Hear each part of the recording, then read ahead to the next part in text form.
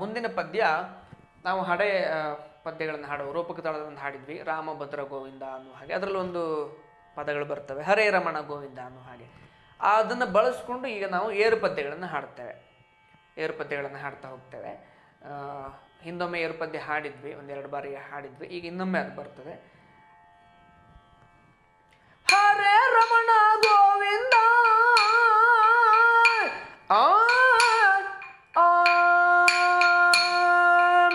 ಅಂತ ಆಲಾಪನ ಮಾಡಿ ಬಿಡ್ತೇವೆ. ಅಲ್ಲಿ ನಂತರ ಚಂಡೆ ಮದ್ಲೆಯವರು ಮುಂದುವರ್ಸ್ಕೊಂಡು ಹೋಗ್ತಾರೆ. ಹೇಗೆ? ಇನ್ನೊಮ್ಮೆ ರಿಪೀಟ್ ಮಾಡ್ತೇನೆ. ಹರೇ ರಮಣ ಗೋವಿಂದ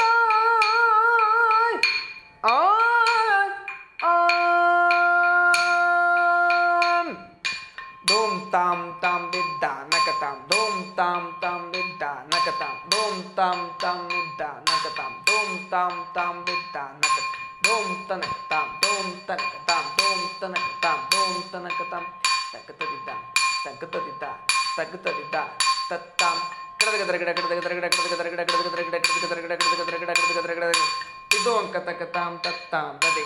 ಹರೇ ರಮಣ ಗೋವಿಂದ